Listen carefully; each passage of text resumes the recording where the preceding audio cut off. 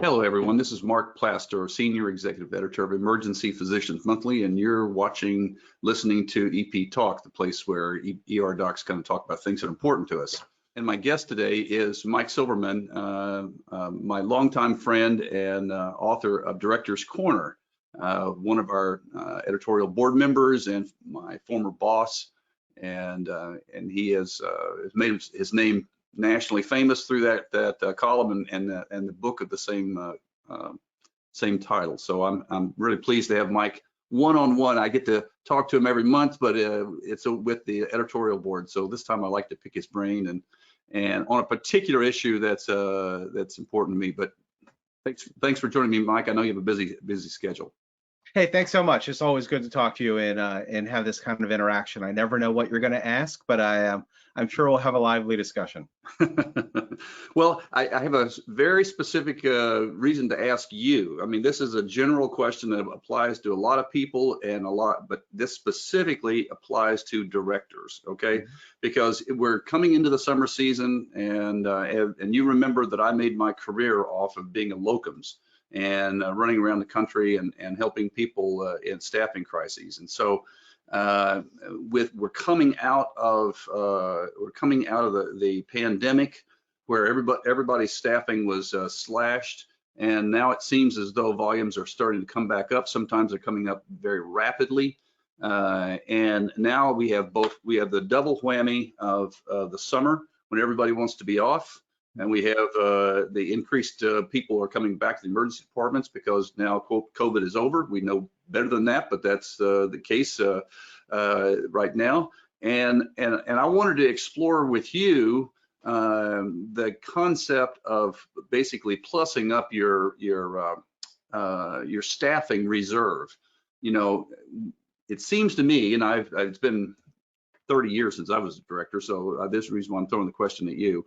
It seems to me that we staff just to the level, maybe even a little bit below, and ask guys to come in and fill out, the extra shifts and stuff.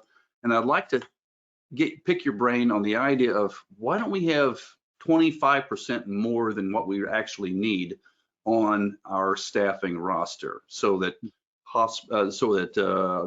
we can flex. Let's just talk about that. I want to pick your brain on that. Sure. So thanks for having me. It's an interesting concept. A year ago, volumes were dropped. Maybe a year and a half ago, volumes were dropped, and we're all have way too many docs looking for hours.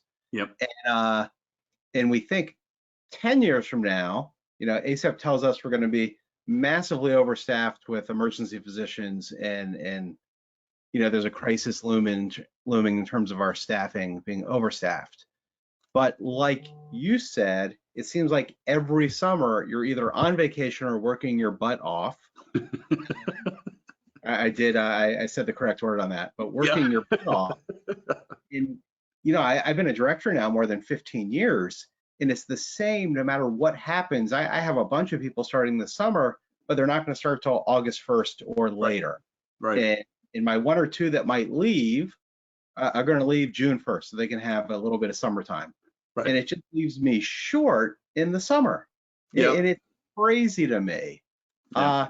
So with that in mind, let me first say, I am a fan of part-time doctors. I think there is an opportunity to overstaff to some extent, but it's kind of managing the weeds of that make it so challenging to do. Yeah, no, I understand that, and I want you to get into the weeds of that because it seems to me like there's a lot of reasons from the doc's perspective. You give me the pluses and minuses from the director's perspective, mm-hmm. But I can tell you from a doc's perspective, it's great to have privileges or be at least part-time, even if you're full-time someplace. If you have privileges or you're on the part-time staff at other places that you might go frequently, you go to visit your in-laws, okay? You may not want to be sitting in the house all week long talking to your in-laws. I'm nothing against in-laws, but at the same time, if you had an excuse to be out of the house and you could go work a little bit, make a little bit of money, and buy a car, or you know what I'm saying, just have some extra money. If you were on staff there and you just called up and said, hey, I'm going to be in town for a week. Anybody wants to take some time off? Mhm. I'm available. You might find one or two, shifts, just enough to be out of your mother-in-law's hair for a night or two, or a day or two, or something like that. And it'd be a win-win.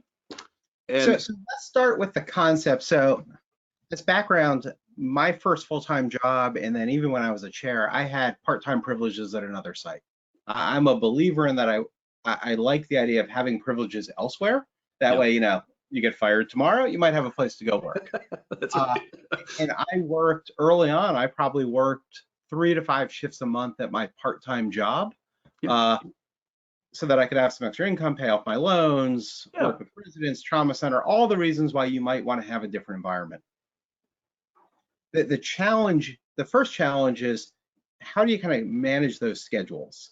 I might, from my side, I need my part-timer say, hey, give me a weekend, give me a couple of days that you can work, I'll build you into the weekend, but their schedule may not be done yet Right. at their main site. And so it's, how many schedule requests are you allowed, and how do you juggle that? And it's a little bit different than saying, hey, I'm going to go to Virginia Beach 1 week a quarter, and I'd like to do a couple shifts there, because I know I'm going to be there on vacation.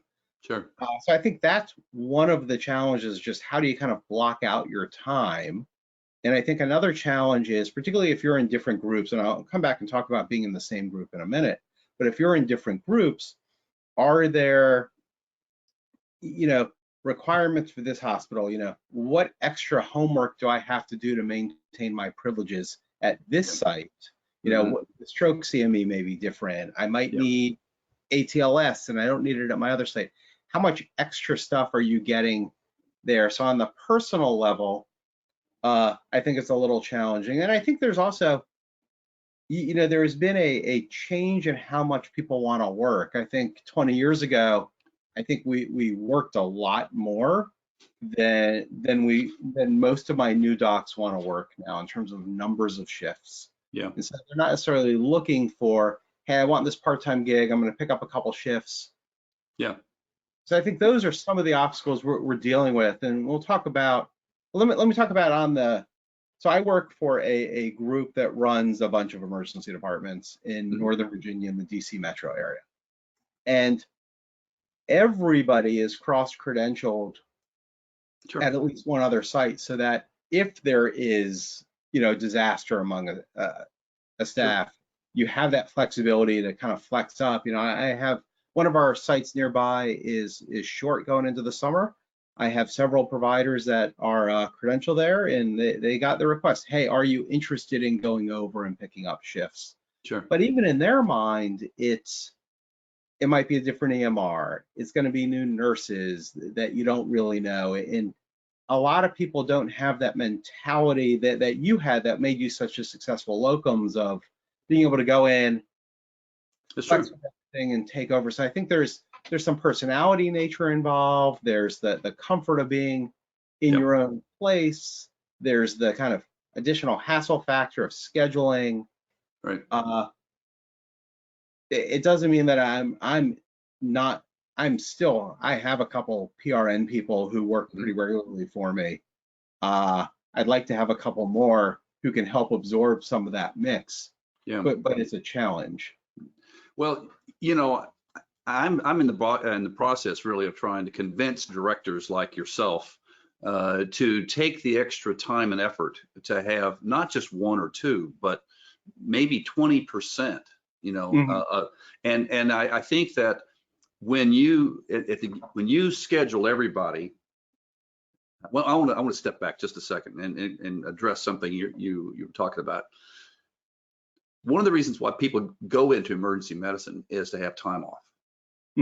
in some fashion. You walk out of the hospital, you're not carrying a beeper. You can go party, you can do whatever you want to do, because next time you work, you know exactly when it's going to be. They don't have, you're not on a leash.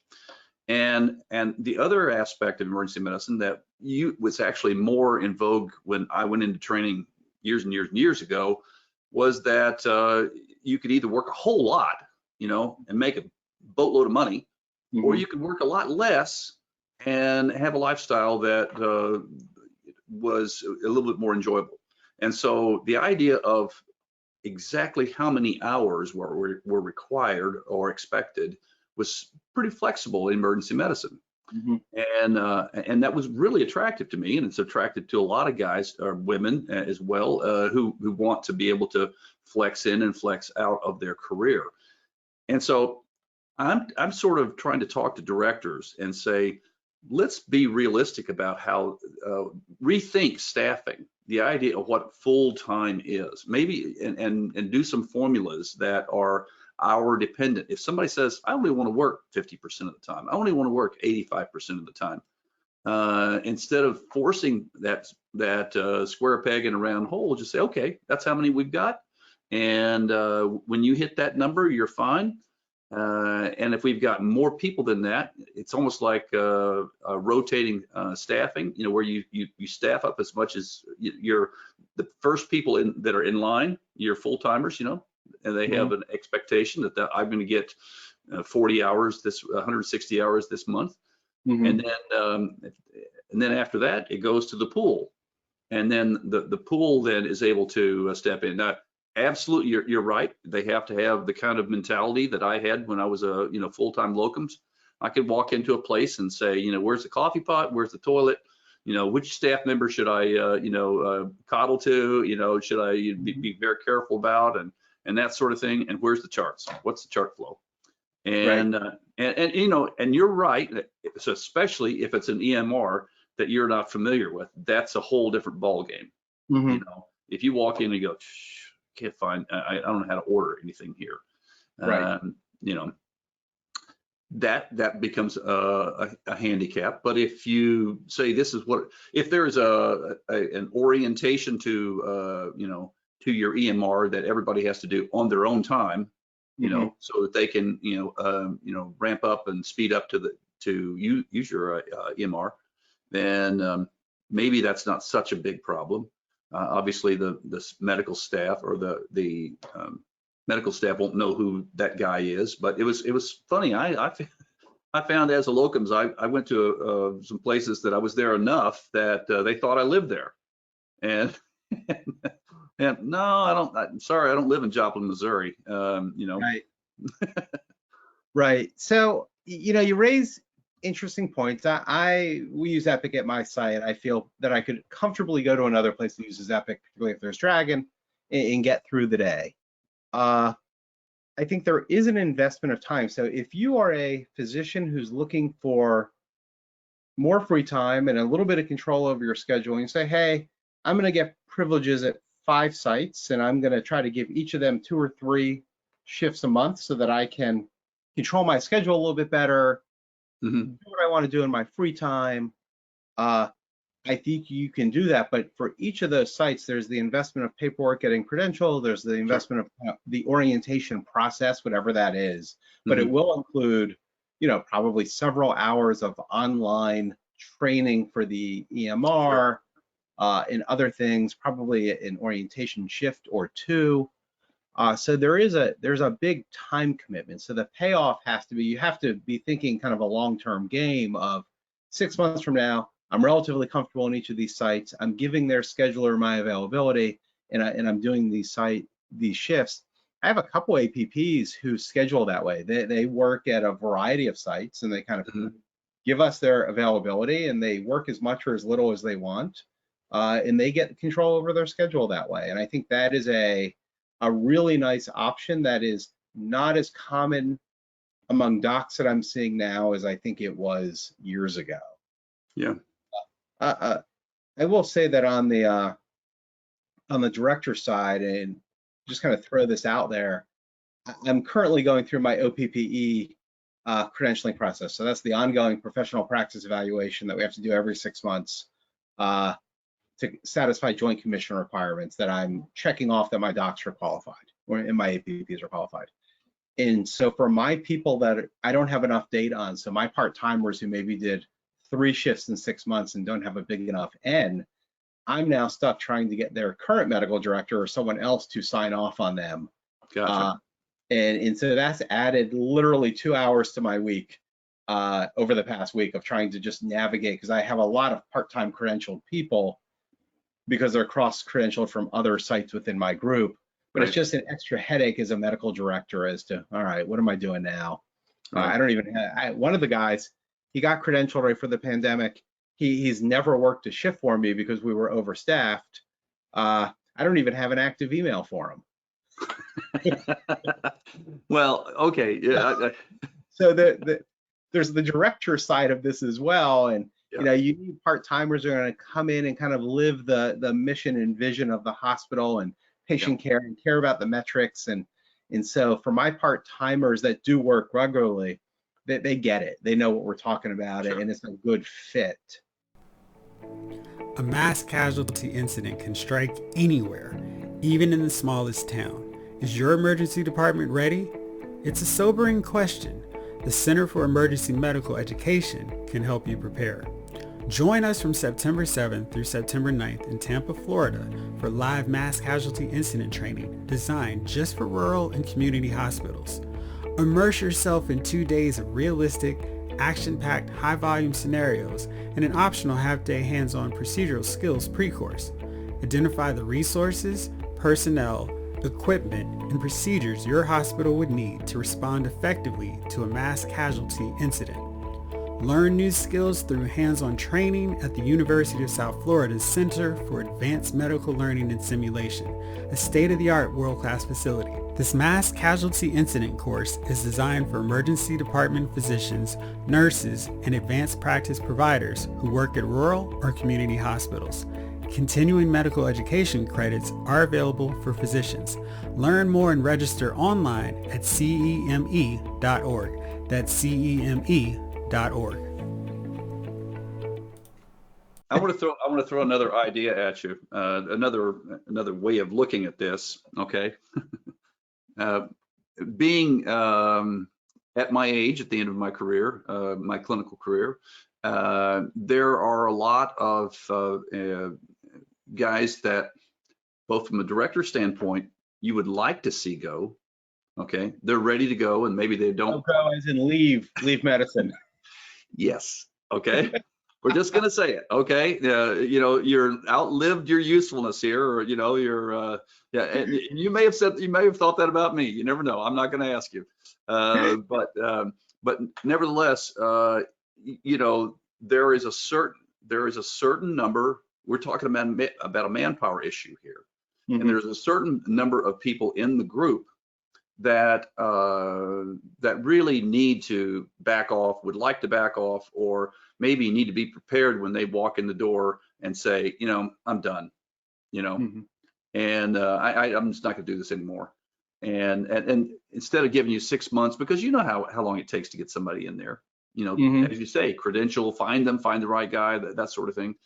And one of the things that part-time staff and locums gives you an opportunity to do as a director and as the physician is essentially clinically try out, and that is somebody who's sort of playing with the idea of coming to Northern Virginia. I'd like to see what it's like to work for Mike Silverman, and let's see whether he's the ogre that everybody says he is.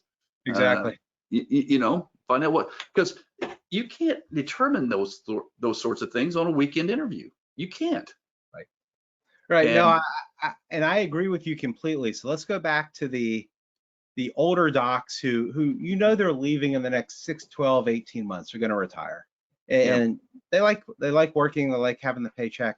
And so behind the scenes of our editorial board meetings, I've been talking to Judy Tintinelli, trying to turn that concept into a column as to what are the indicators when I should retire, what are the indicators to the director that, hey, you should have that talk with the doc. And so that obviously hasn't materialized because it's not published, but it is a really, really interesting concept, is managing the end of the career and when is it time to go and what are the signs. With that said, we all know we probably have, every site has one older doc who's just been there. Right, on the edge. So there is that. We all know we're going to have turnover. We all know as directors, we're going to have turnover essentially every year. Something's going to happen. Somebody's going to move. There's always something going on. And preparing for that is key. And you're right that you cannot really adequately get to know someone and how they're going to fit in a 2-hour or 4-hour interview, and even going out to dinner. And so hiring part-timers so you really get to know them and they get to try out the place and see what a great place it is, or say, oh my God, this is awful. I'd never work here full time. I think it's great. And again, I'm not opposed to your concept of hiring up on this 20%. So for me, I have, let's say 17 active docs. So for me to get 3 to 4 regular part-timers, that's probably I'd be good with that. It would certainly make my summers better. But you have to have the part-timers that are interested in saying, hey, I'm going to work a couple days a month. I'm going to commit to this in addition to what's probably my full-time job, because I want the extra income, or I want the experience at a different site, or I know I'm going to be up here. But they have to have some continuity in the system so that they're efficient. My belief is it takes about 45 shifts to get efficient in your system. 4 to 5 or 45? 45. It's about 3 months of full-time work to really really understand the EMR, really understand the patient flow, get to know the nurses, get to know the hospitalists and the intensivists and everybody else, and kind of have that comfort of, I know how to troubleshoot problems. My speed is really good now. I'm kind of up to where I should be. Those first 3 to 7 shifts, you could be at 1.2 patients an hour when you're used to being at 2 patients an hour. And everything's kind of clunky. Right. So it's a few months to get up there. So you really need a regular part-timer who, again, is kind of like you and super flexible, low maintenance, show me what I need to know, let me go to work, to be successful with that early on. A lot of it, I can just simply say that in my career, a lot of it had to do with being an agreeable kind of person.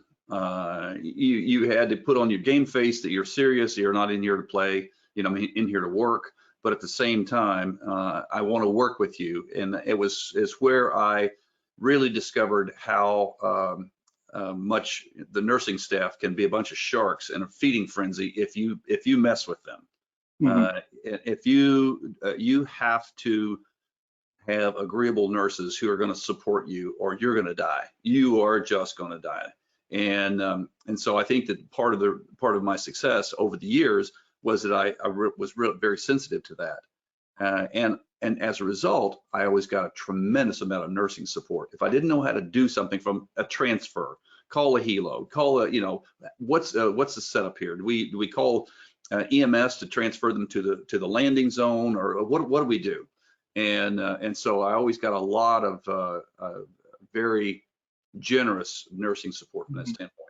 And if somebody doesn't get that, you can be in a world of hurt in a very, very busy ED. And I found that as well a couple of times, and it was catastrophic.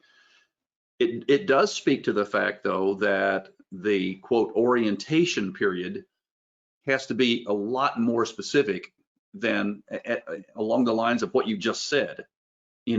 Some of those unusual circumstances or interpersonal issues, and how to navigate those in the warm-up period. How to take that, how to get those. What do you learn in 45 shifts? That's so critical. And can you shorten that down to 10 or 15 just by being focused on it, or do it offline? But the idea that we need to have flexibility is something that I think that emergency physicians really need to have. We need to rediscover that. the really solid groups, they're groups who have been there, and the same guy's been there for 20 years. Okay. Mm-hmm. But at the same time, that sort of inflexibility gives them a real headache if somebody suddenly gets sick, somebody gets pulled out for military duty. We have more and more women who get pregnant and want to take maternity leave, and suddenly that group is now called upon to fill in all that extra time. Basically, if half of your I was in a group that did this not too long ago. Half the group were women, and 3 of them got pregnant at once. Mm-hmm. I thought the director was going to kill himself. Right. There's nothing worse than being short-staffed, and I've always had the attitude that I'd rather be kind of 1 doc overstaffed, 1.5 docs overstaffed from where I need to be, because then you can cover all your vacation comfortably, and nobody's stretched too thin. There's months where you might not get all the hours that you want, but I find that people are generally happy to work less every 3rd month than to be asked to work more 2 out of every 3. Yeah. And my site's a little bit short right now, and we're all feeling it. We're all, including myself. I'm working a bunch more than I would like to clinically while managing administrative stuff. And so I am reaching out to my part-timers and saying, hey, what about this? What about this? Just tell me what you can do. I'll pretty much take anything. Yeah. But I think lots of places right now are in that same boat where we're struggling with catching back up. Yeah, Mike, I know that you probably can identify at least to some degree with this. One of the places that I was the director at, the contract actually said that I personally had to guarantee coverage of every shift. Okay, meaning that if somebody dropped out, okay, it was my responsibility to make sure that they had coverage. Didn't matter if I just finished. I turned around and you got to work another shift. You got to work another shift. They looked at me and said, it's yours. And when I said, you can't pay me enough to do that. The first time I got a medical director's contract, and it said, as medical director, you're responsible for these things, and one of them is ensuring 24/7 coverage of the emergency department, which basically says it's me or I find someone else. So, I wrote a column several months ago on the importance of having an on-call schedule, and because I watched a good friend of mine is a medical director, and he was away for a weekend. I think it was celebrating an anniversary or Father's Day or something, and someone had called out, and before he knew it, he was driving back from the beach and going to work a night shift, and then they implemented a call schedule shortly thereafter. But you have to start with the right number of bodies. You have to have a pool that you can draw from, so that when things are going crazy with, hey, 2 people got a GI bug and this is going on, and someone's away out of the country on vacation, they're not coming back. A tree fell across the road and I couldn't get in. Remember that? Yeah, the tree. I certainly remember that. I worked all day, and then my relief was stuck and couldn't get off the island. I don't remember who came in, but I know someone came in. I was done. Yeah.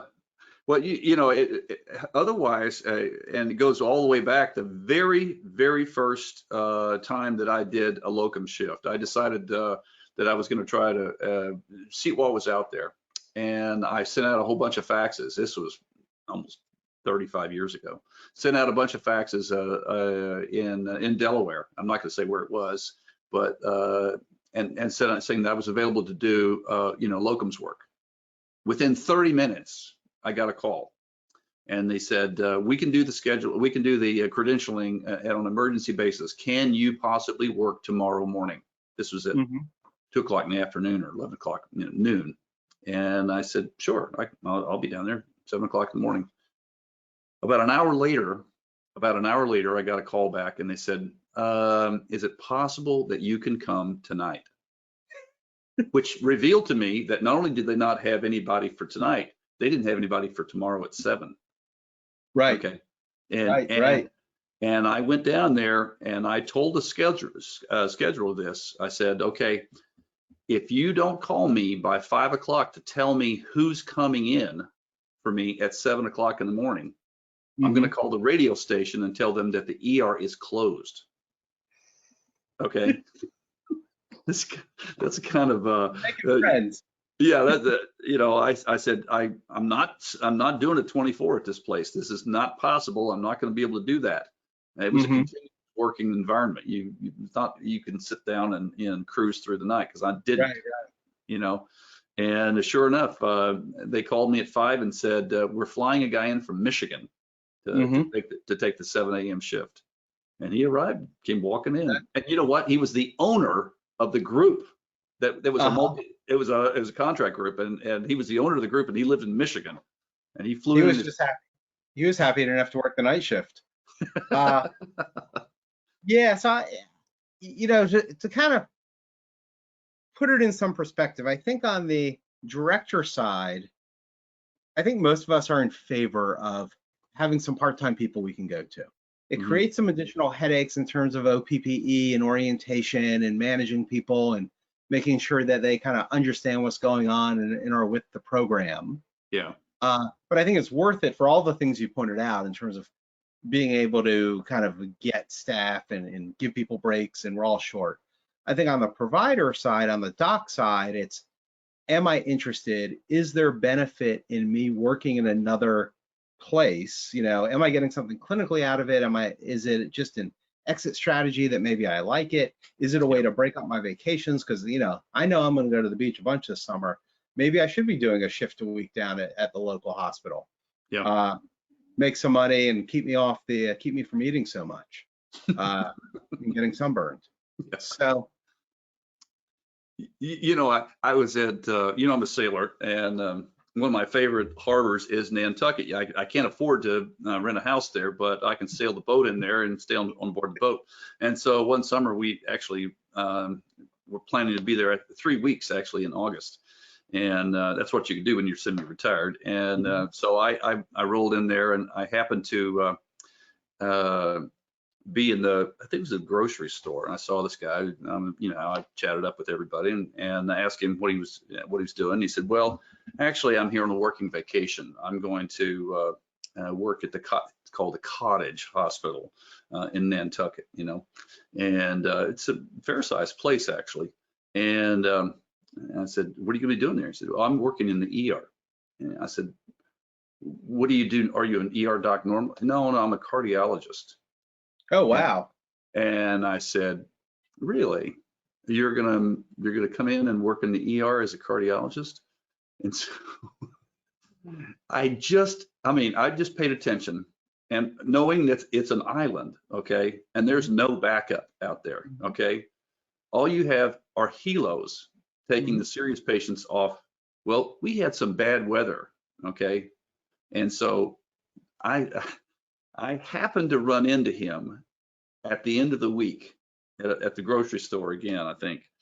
I said, "How was your week at the Cottage Hospital?" And he said that he was mortally shaken, working there, because he said, "I've never ever been in a situation like this in my entire life." He said, "I flew out 2 subdurals. I was supposed to be putting in chest tubes. I was doing all this stuff, and he said, "I will never do this again." And it was really, he was very enlightened as to what doing a quote locums in a rural setting could be like.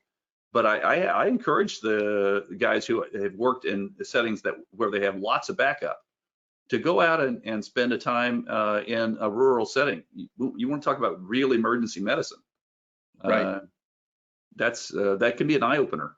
Well, but fun, and also enlightening. I agree with you completely, and I've had these kinds of discussions with my docs. I think that everybody at some point should work at another site. I had a couple of my docs went to another site this spring. We were a little overstaffed, they were a little understaffed, and they'd been at my site 7 to 10 years and never worked anywhere else. And I think it's really valuable to see another facility. How does it work? What's the interaction like? What's the flow like? What's the patient population like? And get out of your comfort zone and go do that. And I think they both would say that they had really, really good experiences. They may not want to work there full time, but they like the experience. Yeah. But I think going and doing kind of that rural medicine or under-resourced is really challenging. I'll leave it at that. Well, it's enlightening for one thing. You might find that you get to use some skills that you don't always get to do. In a busy urban hospital or a suburban hospital, because there's always somebody there to back you up. But if there's no backup, or if you don't deal with helicopter EMS all the time, it's a lot of fun to be out in a rural area. And I'm always trying to encourage people to look at rural settings. We train in urban settings, a few people do in suburban settings, but virtually nobody trains in a rural setting. And as a result of it, the people don't have a tendency to go to rural settings unless they've got relatives there or they're in the mountains and they're skiers or something like that. But not only can you do well financially and be a pretty big fish in a small pond, you can actually have a very enjoyable practice. And so I really encourage people to try to branch out and to go out into rural settings. So, well, Mike, I know you've got lots of things to do here, and I'm gonna cut it off. But I want to encourage all the directors and emergency physicians alike who have listened to this, think about going beyond the staff that you currently work with. Think and not to, for a lot of different reasons. You can think about the places that you might someday want to go to. You never know. You may not want to live in Kansas City your whole life. You may want to live in the mountains. You may want to live on the shore. And the best way to really tell that is go work there. Go find a group that you enjoy, and you might find that when the time comes, it's an easy transition because you've worked there over the years as one of the part-time staff that Mike's talking about. And from a director standpoint, make life easy for yourself. And I know there are some headaches, and Mike's talked about them. The training, the familiarization issues, and that sort of thing. You've got to help for that. Come on, train your staff up so that they can make sure that the folks walking in the door are properly trained on the EMR and the staff and also the various skill set you expect them to have, and keep a logbook of the things that are necessary, so people know that they're not getting blindsided about, oh, you have to have this course, or you have to have this skill, or you have to have so many intubations, you have to have so many conscious sedation, ultrasounds, or whatever it is, so that you're aware of that. I think that both from director standpoint and from the staff doc standpoint, you will find life to be a lot more enjoyable, and the adventure that emergency medicine always was for me, over my career, can be a part of our lives and actually not only facilitate working where you want to work, working when you want to work, as long as you want to work, or as short as you want to work, and really be a career that you would really enjoy. So, Mike, thanks a lot. Your expertise is always welcome, and your point of view is helpful to everybody. So thank you. And for those of you listening, watching today, thank you for joining us for EP Talk.